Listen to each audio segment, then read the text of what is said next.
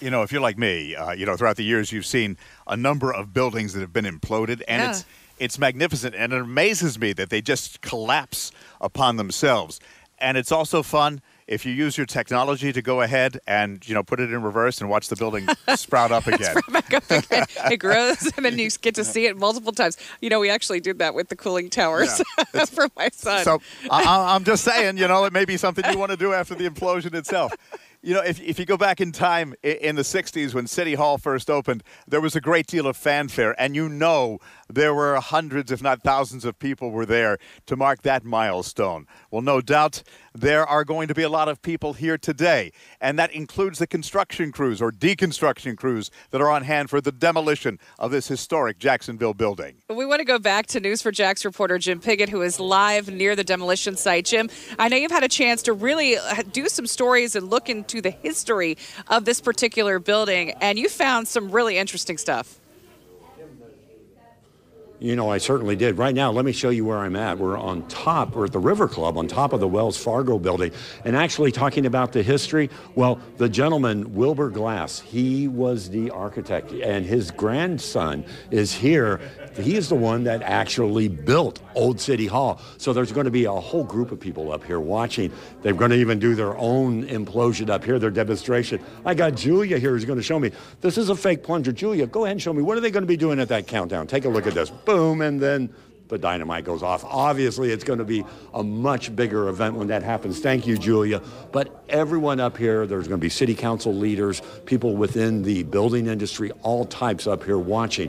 And as we had mentioned with the man who built City Hall, I found that there's all types of Jacksonville history. Watch this. When this $6 million building went up in the 60s, it was to usher in Jacksonville into the modern age. It set Jacksonville on a new pace, and much has changed on these 15 floors over the course of nearly 58 years, even though it sat vacant now for more than 3 years. It was the scene of segregation, also the birth of consolidation, a change in Jacksonville government. It was also the scene of protest, arrest, but it was also here where Jacksonville's government was centered for years. I want to show you something really interesting I found here at the library when researching City Hall. The original dedication book, what they handed out to people who were attending it. When you page through this, it really shows you old Jacksonville, but it also shows you at the time what they consider to be the new Jacksonville and the wave of the future.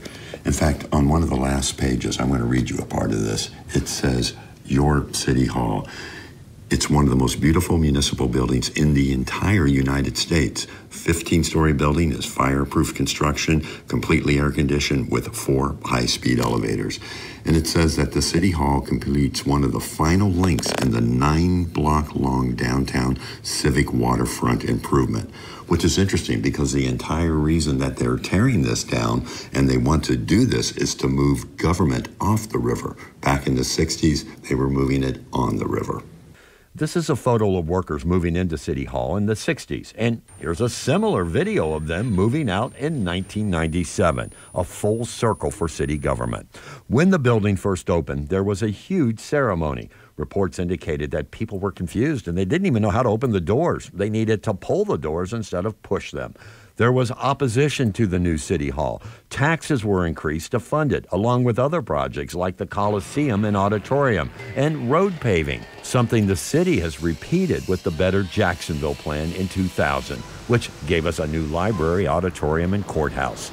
City Hall was also the scene of scandals as some council members and city lawyers and staff of the mayor were investigated by the feds for corruption.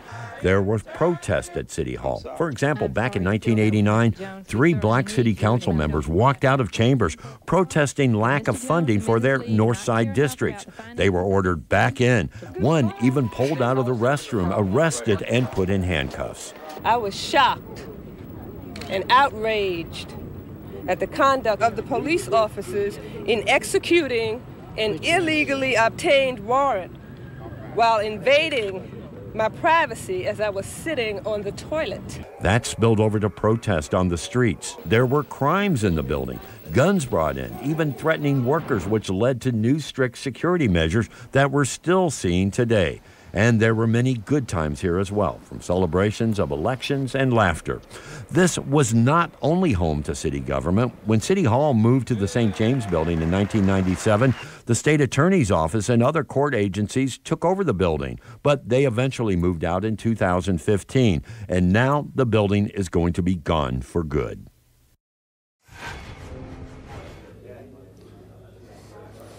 So what you're looking at right now, this is the view that people are going to have from the top of the Wells Fargo building. I know it's hard to see, there's reflection, but once the sun comes up, we're going to get a pretty good view. We're going to be here, and we're also going to be down on the 19th floor as well, a little bit closer to watch this implosion, as a lot of people are going to be seeing this and watch that history that we just learned about come down. We're live at the Wells Fargo building. Jim Piggott, Channel 4, the local station.